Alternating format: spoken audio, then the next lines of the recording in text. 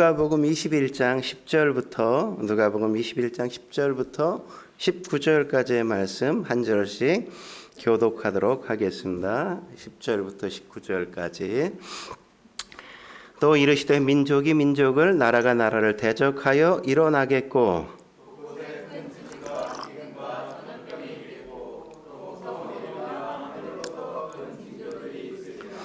이 모든 일 전에 내 이름으로 말미암아 너희에게 손을 대어 박해하며 회당과 옥에 넘겨주며 임금들과 집권자들 앞에 끌어가려니와 그러므로 너희는 변명할 것을 미리 궁리하지 않도록 명심하라.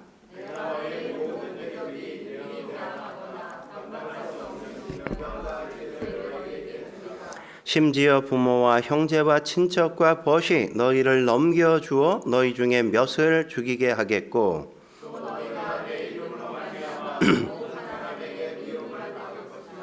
너희 머리털 하나도 상하지 아니하리라. 아멘. 오늘은 종말의 시대를 사는지에 하나님의 시선을 사로잡으라는 주제로 말씀 함께 나눌까 합니다. 이런 말이 있죠. 꿀벌이 지구에서 사라지고 난 뒤에 4년 안에 지구는 멸망한다. 이게 사이비 종교가가 예언한 게 아니라 천재 물리학자인 아인슈타인이 이런 얘기를 했죠. 언제 마지막이 온다고요?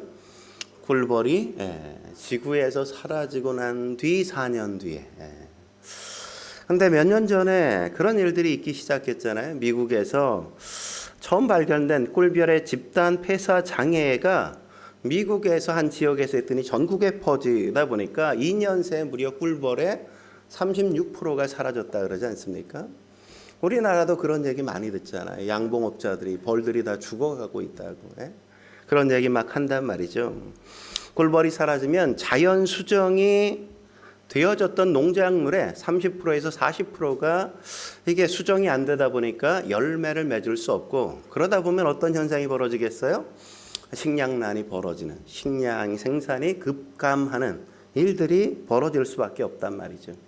이것만이 아니라 인간에게 이 현상이 어떻게 많은 파장을 불러일으킬지 우리는 다 알 수 없는 겁니다. 그러니까 마지막 날은 그런 현상들이 드러나게 된다는 거죠.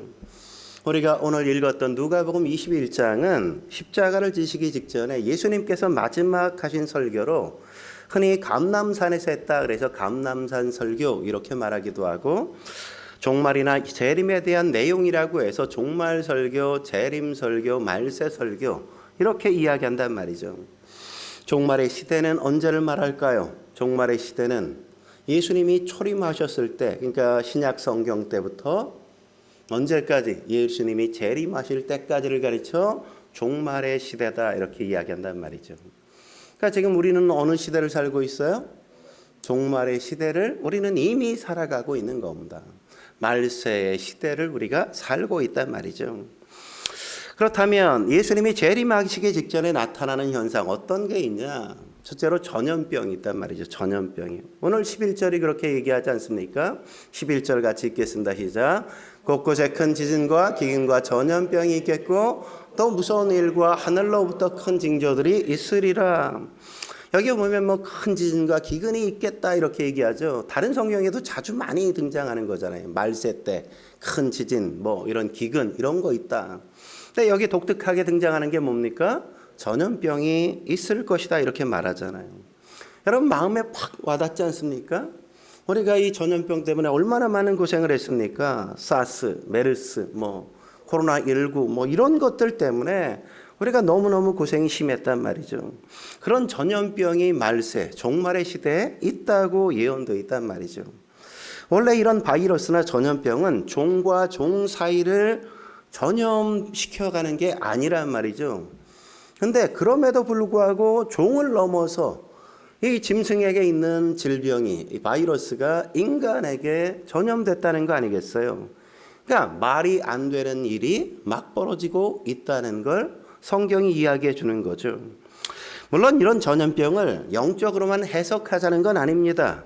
물론 백신도 개발해야 되고 치료제 역시도 개발해야 되겠죠. 하지만 그런 의학적인 접근이나 과학적인 접근은 이미 세상 사람들이 많이 하고 있잖아요. 우리는 누구예요? 예수 믿는 사람이잖아요. 그러니까 이걸 어떻게 봐야 돼요? 우리가 영적으로 이걸 어떻게 해석하고 있는지, 성경이 뭐라고 말하는지 우리가 살펴볼 필요가 있는 거란 말이죠. 성경에 보면 전염병이 창궐할 때 꼭 죄와 연결이 되어 있다는 사실을 우리가 확인할 수 있단 말이죠. 그렇기 때문에 교회라면 전염병이 돌 때 영적인 해결책 무엇 때문인지 우리가 함께 확인할 필요가 있는 겁니다. 민수기 25장에 보면 어떤 사건이 나옵니까? 바알 부올 사건이라는 사건이 나온단 말이죠. 모압 여인들과 행음하고 우상을 막 숭배했던 겁니다. 그래서 전염병으로 죽은 사람이 24,000명. 여러분, 우리 코로나 때 초창기 어땠어요? 하루에 뭐 죽는 사람이 10명도 안 됐는데 뭐 몇 명도 거의 뭐 죽지도 않았는데 사회적 거리두기 해야 된다 그러고 마스크 써야 된다 그러고 뭐 교회 문 닫고 뭐 그죠? 뭐 학교도 다 그냥 가정에서 온라인 수업하게 만들고 그 난리를 죽이지 않았습니까? 근데 이때는 몇 명이 죽었다고요? 한 방에 24,000명이 죽었어. 뭐 당연히 죽을 사람 죽은 것처럼 표정들이 나 안 죽었으니까 괜찮네 뭐 이런 표정인데 그때는 무려 24,000명이 하루에 그냥 다 죽었다고요. 다 죽었어.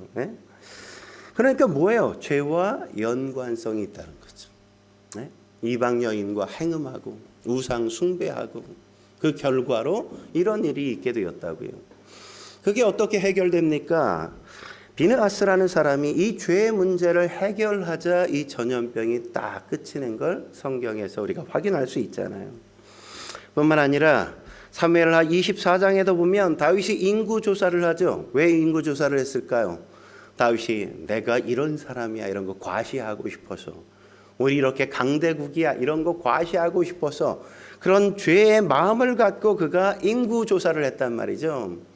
그러다 보니까 하나님이 뭐로 치셨어요? 전염병으로 치셨어.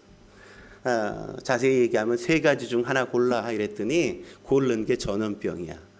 전염병으로 몇 명이 죽은지 아십니까? 무려 7만 명이 죽었어요. 7만 명이. 뭐 당연히 죽을 사람인 것처럼 안 놀라는데 7만 명이 24,000보다 더 많은 사람이 죽은 거예요. 더 많은 사람이. 이것도 언제 끝납니까? 죄 문제를 처리하니까, 백성들이 회개하고 다윗이 회개하니까 이 전염병이 딱 끝나는 걸 우리가 확인할 수 있단 말이죠. 그래서 종말의 때 우리가 잊지 말아야 될 게 뭡니까? 그리스도인이라면 전염병에 대해서 죄와 깊은 연관성이 있구나. 이 사회나 이 국가가, 이 세계가 지금 어떤 죄를 짓고 있는 걸까? 우리 공동체에 무슨 문제가 있길래 이런 질병으로 하나님께서 심판하시나? 이걸 우리는 고민하고 성찰하고 우리가 하나님 앞에 우리의 죄를 철저하게 회개할 필요가 있다는 거죠. 한 걸음 더 나아가 예수님이 재림하시기 직전에 나타나는 현상 뭘까요? 두 번째는 가족이 서로를 잡아 넘겨주고 죽이는 거란 말이죠. 넘겨줘서 죽이는 거란 말이죠. 오늘 보면 16절이 그렇게 말씀하는 걸 우리가 볼 수 있죠. 뭐라고 얘기합니까? 같이 읽겠습니다. 시작. 심지어 부모와 형제와 친척과 벗이 너희를 넘겨주어 너희 중에 몇을 죽이려 하겠고. 저는 이게 상상이 안 되더라고요. 아니 어떻게 이런 일이 있어? 부모가 자식을 죽이라고 넘겨줘? 아니 형제가 어떻게 형제를 죽이라고 넘겨줘? 이게 인간이 할 짓이야? 이런 생각이 드는데, 아니 요새 가만히 몇 년 전부터 가만히 보니까 우리 사회도 야 이제 머지않아 이러겠네 이런 생각이 든단 말이죠. 제가 아는 어떤 엄마와 아들이 있어요. 근데 엄마는 엄청난 극우고 아들은 엄청난 좌파야. 극우와 극좌가 이렇게. 그러니까 뭐 이렇게 집안에 일이 있어서 아들과 엄마가 만나면 맨날 이것 때문에 싸우는 거야. 박 터지게 싸워. 막 엄마와 아들인데 그 전까지 아무 문제가 없었는데 이 정치 문제로 인해서 너무 심하게 다투다 보니까 우리 이제 상종하지 말자, 보지 말자. 만나면 맨날 이러니까 우리 볼 필요 없다. 그 정도로 미워하더라고요. 제가 그거 보면서 느낀 게 마지막 때의 특징이 뭔가, 예수님 위에 이념이 들어오는 거구나. 예수님 위에 이념이 들어오는 거구나. 둘 다 예수님 잘 믿는 사람이거든요. 예수 믿는데 예수의 이념이 들어오니까 그 이념 가지고 서로 다투기 시작하고, 예? 그렇게 상종 못하겠다고 막 이런단 말이죠. 양극화가 이렇게 심화되다 보면 서로를 그냥 넘겨주게 된단 말이죠. 죽이도록. 예? 그 정도로 인간이 잔인해진단 말이에요. 예? 이런 것의 치유책은 뭘까요? 교회는 절대로 그 어떤 이념도 예수 위에 올려놓지 말아야 된다는 거죠. 바울이 고린도전서 10장 5절에 그렇게 말씀하지 않습니까? 하나님 아는 것을 대적하여 높아진 것을 어떻게 해요? 다 무너뜨려야 한다 이러죠. 예? 그러니까 예수님보다 더 높게 두는 어떤 이념, 사상 이런 게 있어서는 안 된다고 이야기하는 거잖아요. 그래서 뭐라고 얘기합니까? 모든 생각을 사로잡아 그리스도에게 복종하게 만들어야 한다. 예? 그 어떤 사상도 그 어떤 생각도 예수님보다 더 높게 만드는 것, 그건 우상 숭배이기 때문에 우리 안에 그런 일들은 있어서는 안 된다고요. 그런데 오늘날 교회 가운데 그런 일들이 얼마나 많습니까? 어떤 교회는 좌파 교회고 어떤 교회는 우파 교회고, 예? 그런 것으로 교회끼리도 다투는 현상들이 일어난단 말이죠. 마지막으로 예수님이 재림하시기 직전에 나타나는 현상 뭡니까? 기상이변이라고요. 기상이변. 25절에 그렇게 말하죠. 25절 읽겠습니다. 시작. 1월 성신에게 징조가 있겠고 땅에서는 민족들이 바다와 파도의 성난 소리로 인하여 혼란한 중에 곤고하리라. 예. 여러분 뉴스를 봐서 잘 알잖아요. 미국 텍사스주에 우박이 내렸는데 우박이 얼마나 한지 아세요? 메론만한 우박이야. 메론만한 우박. 예? 여러분의 우박은 다 그만한가 봐. 난 사진으로 봤는데 놀랍더라고. 어떻게 메론만 해. 15cm 이상이야. 예? 야, 어떻게 한 방 맞으면 그냥 가는 거야. 예? 포탄에 맞는 것 같은. 예? 그런 게 막 쏟아지는 거예요. 예. 미국 서부 지역엔 평년 기온보다 무려 10도나 높이 폭염으로 사람들이 얼마나 힘겨워하고 어려워하는지 몰라요. 예? 독일 남부 지역엔 홍수가 일주일째 계속 폭우가 쏟아져서 산이 그냥 무너져 내려서 떠내려와서 마을까지 다 그냥 뒤덮고 마을이 막 그냥 떠내려가잖아요. 다. 예? 우리나라도 그렇지 않았습니까? 올여름에 저 남해 지역에 많은 도시들이 그냥 물에 잠기는 일들이 있었고 저 중국에도 댐까지 다 무너져서 한 도시가 그냥 잠기는 그런 일들이 있단 말이죠. 이게 다 뭐예요? 왜 벌어지는 겁니까? 기상이변 때문에 일어나는 현상이란 말이죠. 여러분 남미의 아르헨티나는 원래 0도 이하로 떨어지는 적이 없는 나라거든요. 따뜻한 나라. 근데 사람 빼고 다 얼어버렸대. 다 얼어버렸대. 몇 년 전에. 얼마나 춥냐면 0도 이하로 떨어지면 안 되는 나라인데 무려 영하 16도까지 떨어졌대. 뭐 다 날린 거죠. 날린 거. 우리나라 서울도 여기도 16도 이하로 떨어진 적이 없잖아요. 영하 16도 이하로. 그런데 아르헨티나가 그랬단 말이죠. 미국 기독교 잡지에 목회자들에 대한 설문을 조사해서 통계를 냈는데 지금 이 세계에서 일어나는 현상이 어떤 현상이냐고 생각하냐? 그랬더니 하나같이 대답하기를 종말의 현상이다. 이렇게 대답한 게 무려 62%가 넘었어요. 62%가. 목회자들이 느끼는 거죠. 우리 시대가 종말이구나. 마지막 시대구나. 말세구나. 이렇게. 중요한 건 뭐예요? 이런 현상이 나타난다는 게 중요한 게 아니라 우리가 성도로서 우리가 예수 믿는 사람으로 그러면 이런 종말의 시대를 어떻게 사느냐 이게 중요한 거 아니겠습니까? 오늘 본문에서 우리가 그냥 넓게 한 3가지만 우리가 함께 살피려고 합니다. 첫째는 뭐냐? 자기를 희생하는 삶을 살아야 한다는 겁니다. 나를 희생하는 삶을 살아야 한다는 말이죠. 그것도 어떻게? 예수님을 감동시킬 정도로 하나님을 감동시킬 정도로 희생하는 삶을 살아야 된다는 겁니다. 제가 초반에 얘기했잖아요. 누가복음 21장 무슨 설교라고요? 종말 설교. 말세 설교란 말이죠. 근데 말세 설교를 시작하면서 제일 먼저 한 얘기가 뭐예요? 가난한 과부의 2렙돈 헌금 얘기 아니겠습니까? 왜 종말 얘기를 하면서 가난한 과부가 헌금한 2렙돈에 대한 이야기를 하는 걸까요? 부자들이 그 많은 헌금을 드렸음에도 불구하고 그럴 땐 뭐 아무것도 반응도 안 하시다가 아니 그 가난한 과부가 두 랩돈 뭐 1,000원 2,000원 헌금한 거 보시고 그냥 주님께서 그것에 반응하는 이유가 뭐였어요? 3절과 4절 같이 한번 다시 읽어보죠. 시작.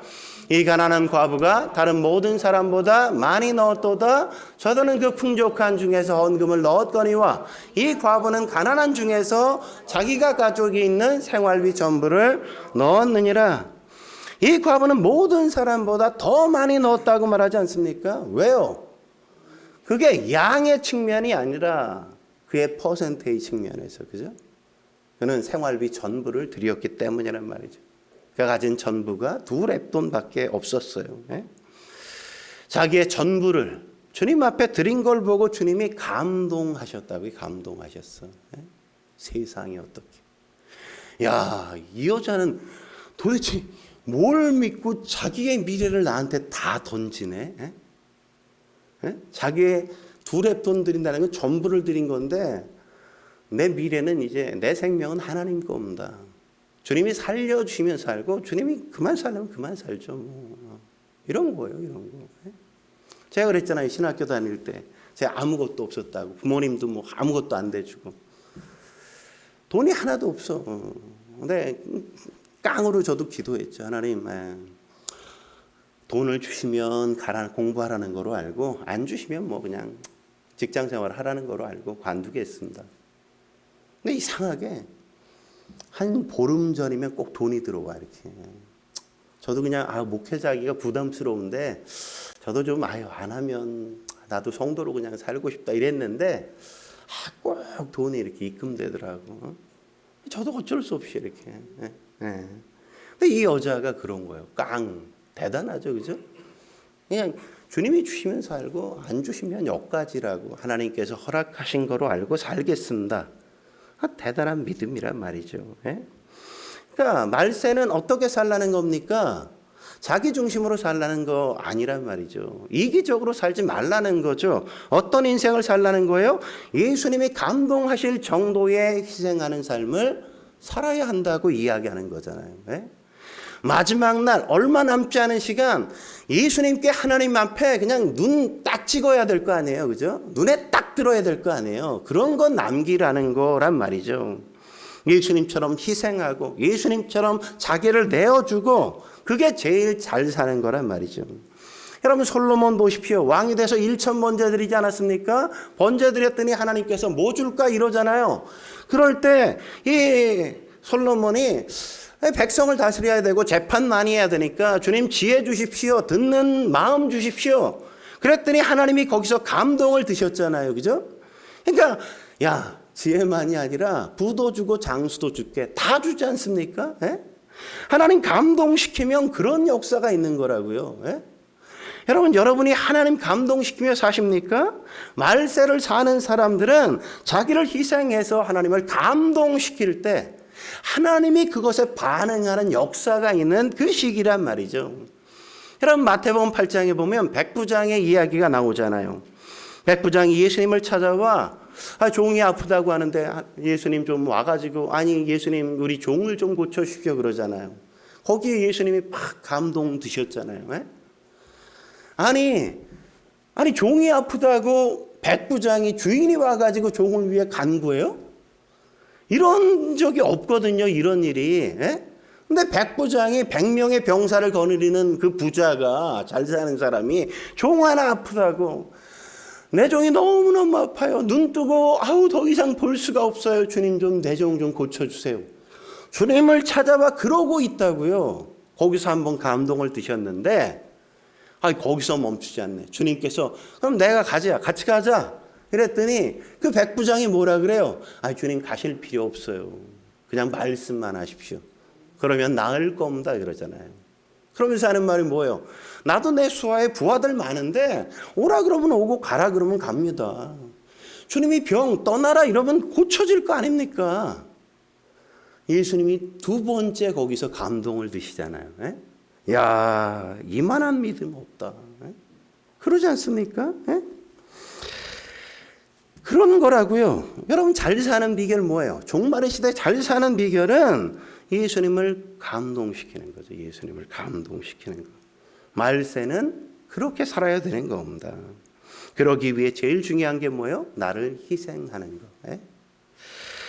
내게 하나님을 감동시킬 만한 희생이 없다면 그건 종말을 잘 대비하는 삶이 아니라는 거죠. 여러분 전라북도 완주군 삼내읍에 가면 하리교회라고 교회가 있어요. 일제강점기 때 황해도에 살던 임광호라는 전도사님이 내려와서 거기서 목회를 하셨는데 6.25가 터지자 공산군이 거기까지 내려와서 이 임전도사님을 끌고 가서 그냥 죽인 거예요. 순교당하셨어요. 예? 이때 나이가 27밖에 안 됐어. 예?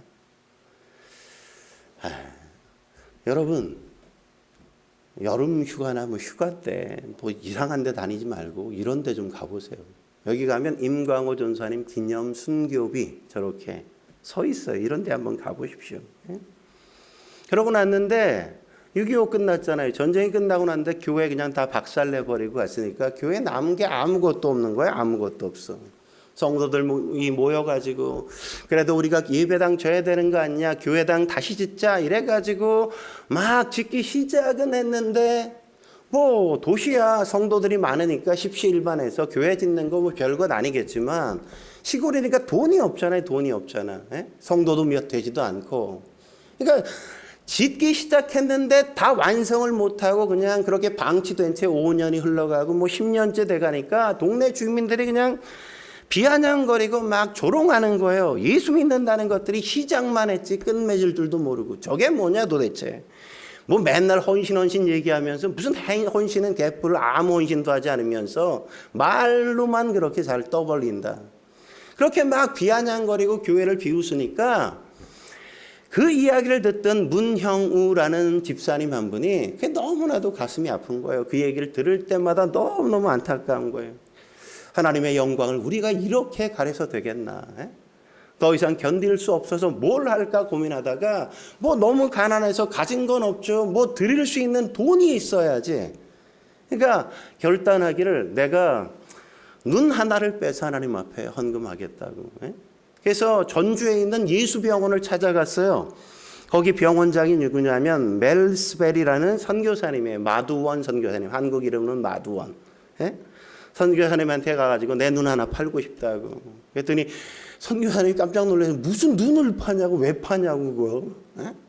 전쟁 오니까 눈이 없는 사람 눈 아마 뭐 사설에도 낄 만한 사람들이 있었을 거 아니에요. 왜 그러냐고, 뭐 때문에 그러냐고. 우리 교회가, 제가 교회 집사인데 우리 교회가 교회 성전을 건축하기 시작했는데 짓다 말았는데 이게 뭐 동네 사람들이 그렇게 비난해서 하나님 욕먹는 게 내 마음이 너무너무 아프다고. 내가 재산이 좀 있으면 들여서 팔아서라도 들여서 성전을 건축할 텐데 뭐 있는 재산도 없고 가진 건 이 몸뚱아리 하나밖에 없는데 눈은 2개니까 하나만 빼면 그래도 나 사는데 조금 불편하겠지만 괜찮지 않겠냐고. 무려 3번이나 찾아가서 계속.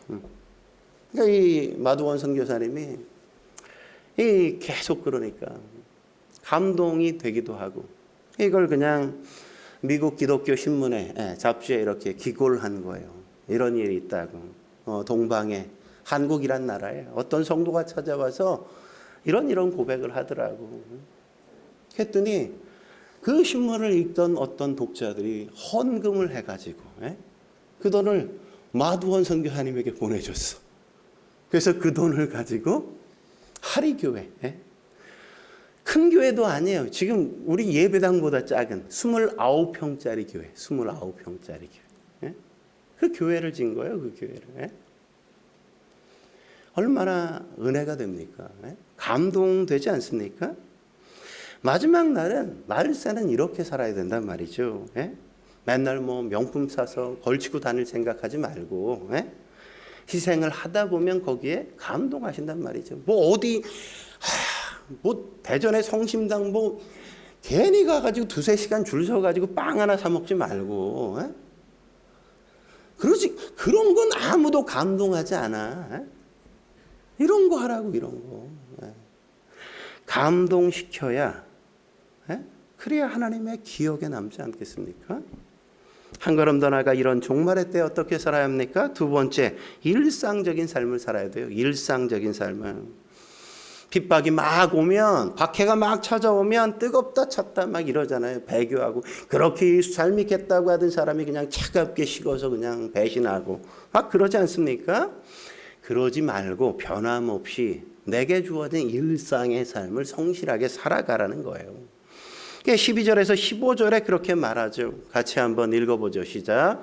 이 모든 일 전에 내 이름으로 말미암아 너희에게 손을 대어 박해하며 회당과 옥에 넘겨주며 임금들과 집권자들 앞에 끌어가려니와 이 일이 도리어 너희에게 증거가 되리라. 그러므로 너희는 변명할 것을 미리 궁리하지 않도록 명심하라. 내가 너희의 모든 대적이 능히 대항하거나 변벽할 수 없는 구변과 지혜를 너희에게 주시리라. 그냥 미리 무슨 말할지 준비하지 말라고요. 하나님이 다 말할 때가 되면 다 말할 수 있는 거 지혜 주신다고 말씀하잖아요. 예? 우리는 해야 될 게 뭐예요? 평상시 하나님을 섬겼던 것처럼 변함없이 성실하게 주어진 일상 살고 성실하게 예배하고 기도하고 그렇게 살다 보면 하나님께서 위기나 어려움이 찾아올 때 우리의 삶을 위기로부터 지켜주시고 어려움 넘겨갈 수 있게 인도하신다고 말씀하는 거 아니겠어요? 예? 대표적인 게 누구예요? 신약성경의 사도행전에 보면 베드로 그렇지 않습니까? 그냥 공회 앞에 끌려가자마자 베드로가 이 설교를 그냥 기가 막히게 하잖아요. 예? 설교를 막 하니까 사람들이 뭐라 그래요? 아니 뭐 제대로 배우지도 못한 저 인간이 어떻게 저렇게 설교를 잘하는 거야? 사람들이 막 감동받지 않습니까? 왜 그랬어요? 성령이 역사하시니까 그런 일이 있단 말이죠. 여러분 스데반 보십시오. 뭐 그 사람이 많이 배운 사람이에요? 대단한 사람이에요? 그렇지 않아요. 근데 그렇게 많은 사람들이 몰려 그를 박해하고 죽이려고 하는데 어떻게 해요? 성경에 기록되는 위대한 설교를 한단 말이에요. 예? 놀라운 설교를. 예? 어떻게 그런 설교할 수 있었어요? 똑똑해서? 능력이 있어서? 아니요. 성령께서 역사하시니까 그런 설교할 수 있는 거란 말이죠. 여러분 다니엘 역시도 보십시오. 사자굴에 집어넣겠다고 다른 우상 섬기면 안 된다고 집어넣겠다고 이미 법으로 제정된 걸 알면서도 불구하고 그는 예루살렘을 향한 창을 열고 평상시처럼 똑같이 그는 늘 기도하고 있잖아요. 기도하고 있잖아요. 그럼 어떻게 되는데? 사자굴에 집어넣는데. 예? 뭐라는 겁니까? 아이 뭐 하려면 하고 말든지 그러면 그러든지 말든지 나는 그냥 내 할 일 할 거야. 그러는 거잖아요. 예? 그래서 어떻게 됐어요? 사자굴에 안 들어간 게 아니야. 사자굴에 들어가지, 그죠? 근데 사자굴에 들어가서 뭘 경험해요? 하나님께서 나를 지키시는 걸 경험하잖아요. 사자 입을 막으시는 거. 예? 그렇게 하나님이 역사하시는 거란 말이죠. 역사. 예? 그러니까 뭘 걱정해요? 뭘 염려해요? 예? 뭐 당장 이게 없어지면 뭐 끝날 것처럼 반응하는데 끝나는 건 없어. 하나님이 그만하자 이래야 끝나는 거지. 우리에게 뭐가 없어졌다고 우리가 어떤 질병에 걸렸다고 그래서 내 인생이 끝나지 않는다고요. 응? 하나님이 됐어 이제 와 이러지 않으면 안 끝나는 거예요. 예? 오늘 본문 17절에서 19절에 그렇게 말씀하죠. 같이 읽겠습니다. 시작. 또 너희가 내 이름으로 말미암아 모든 사람에게 미움을 받을 것이나 너희 머리털 하나도 상하지 아니하리라. 너희의 인내로 너희의 영혼을 얻으리라. 예?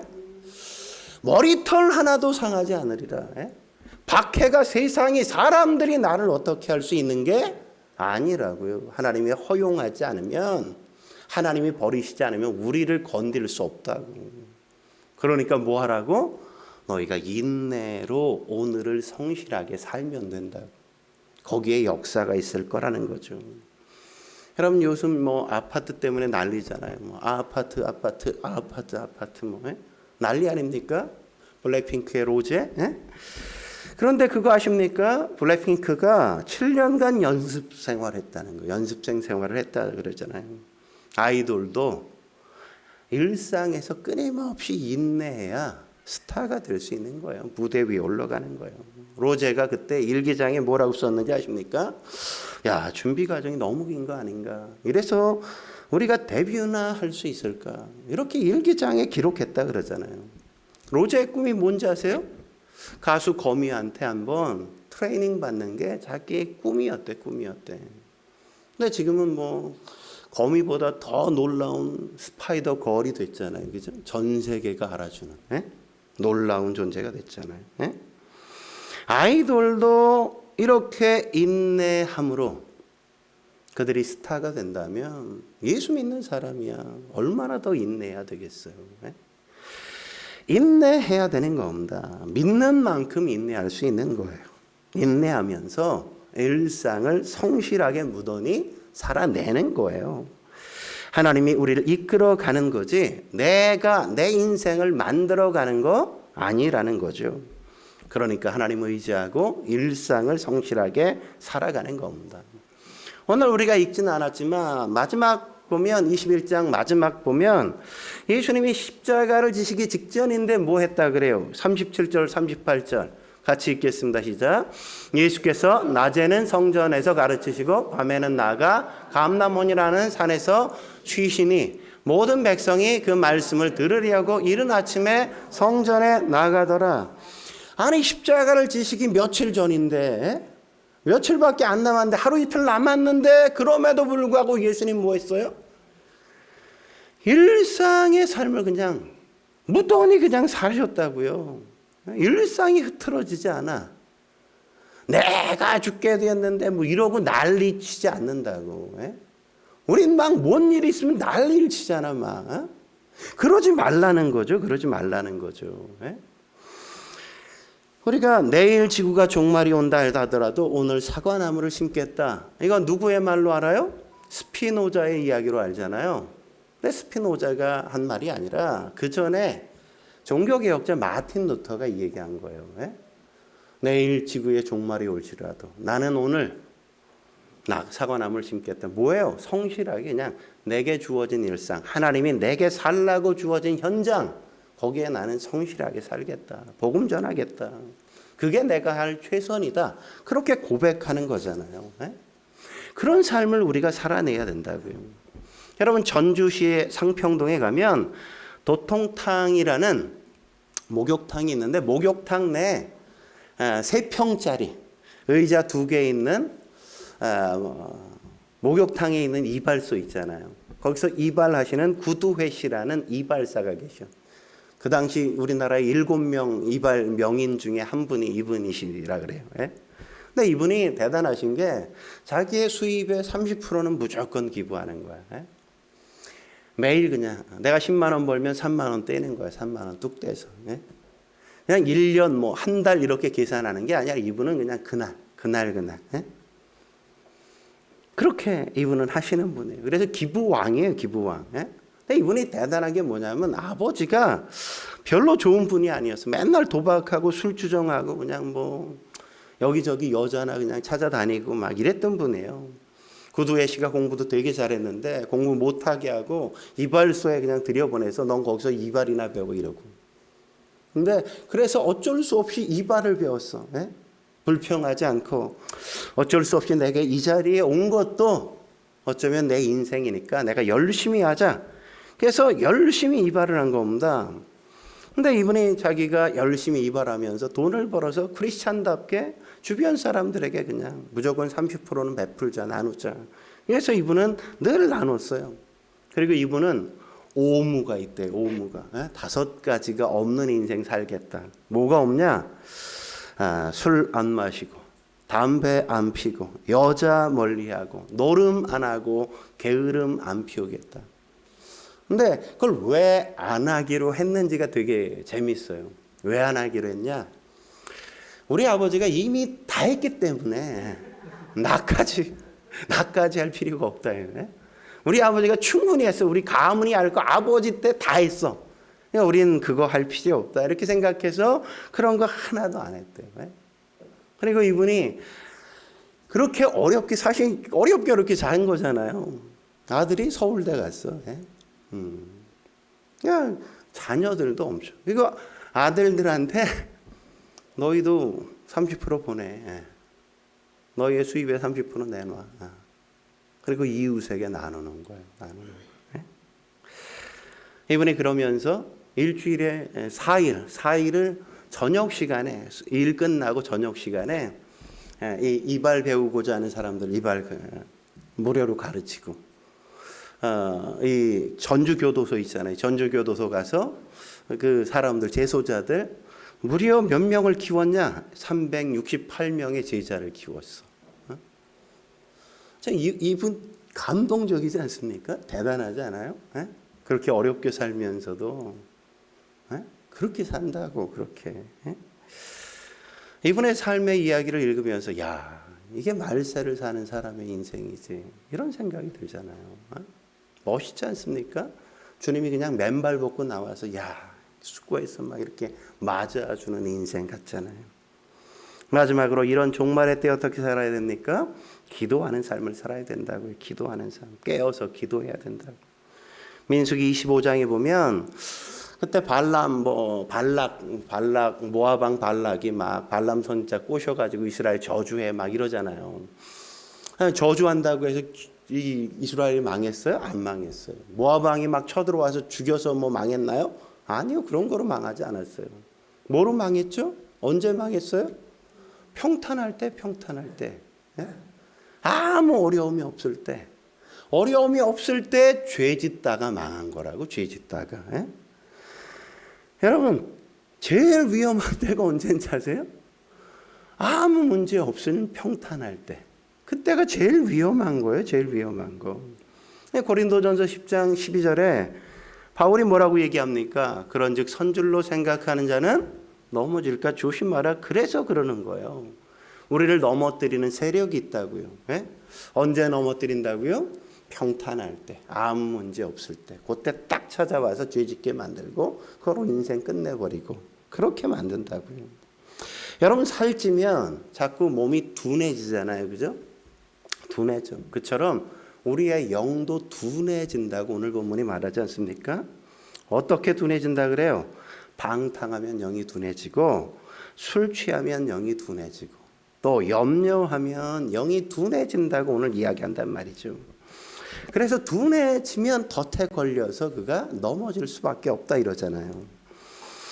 그래서 뭐 하라는 겁니까? 깨어 기도해야 된다 이러잖아요. 정말 그런지 34절, 여러분이 안 믿는 눈빛이니까 같이 읽어보죠. 시작. 너희는 스스로 조심하라. 그렇지 않으면 방탕함과 술 취함과 생활의 염려로 마음이 둔하여지고 뜻밖의 그날이 덫과 같이 너희에게 임하리라. 그렇게 말씀하죠. 그죠? 그러니까 우리가 어떻게 살아야 돼? 깨어 기도하면서 살아야 된다고. 깨어 기도하면서.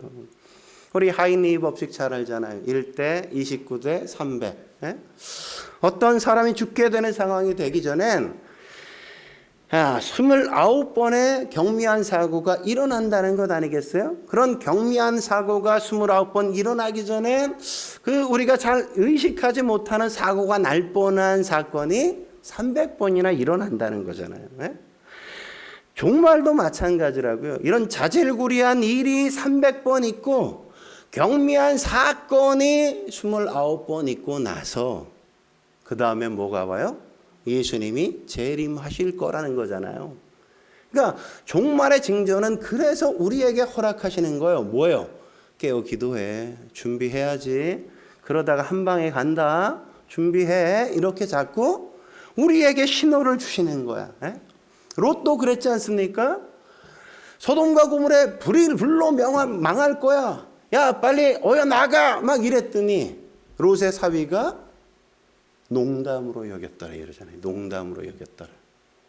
불로 심판받아 죽죠. 그죠? 아니 그때 농담으로 여겨서 죽었다고요. 오늘 우리가 설교를 이렇게 하고 있는데 여러분들이 종말은 무슨 종말, 예수님 재림은 무슨 재림, 벌써 뭐 예수님 오신다고 한 게 2000년도 넘었는데 지금까지 안 하는데 뭐 나 죽을 때까지 안 오실 거야. 혹 이러실 분이 계실지도 모른단 말이죠. 그렇지 않습니다. 종말은 언제 와요? 역사적인 종말도 있지만 개인의 종말도 있는 거예요. 내가 죽으면 그게 종말이거든. 예? 여러분 뭐 내가 아직 젊어서 안 죽을 것 같죠? 아니요. 예. 이번 주에도 한 형제가 폐암에 췌장암에 걸려가지고 수술 받았어요. 주중에 전화가 와서 기도해달라고. 50밖에 안 됐는데 나이가. 예? 췌장암에. 언제 죽을지 모르는 거예요. 예? 하나님 앞에 마지막 시절 깨어 있어 바르게 의미 있게 가치 있게 사실 수 있기를 주의 이름으로 축원합니다. 기도하시겠습니다. 거룩하신 하나님 아버지, 우리가 종말의 시대에 어떻게 지혜롭게 살아야 할지, 우리가 하나님의 시선을 사로잡는 인생 살게 하사 우리의 인생이 주님을 감동시키는 삶 살아갈 수 있게 주여 도와 주옵소서. 그래서 이 땅에 매어 살지 않게 하시고 마지막 날 주님을 만날 날 그날을 준비하며 살아가는 저희가 되게 해 주옵소서. 주신 말씀 감사하며 예수님의 이름으로 기도드립니다. 아멘.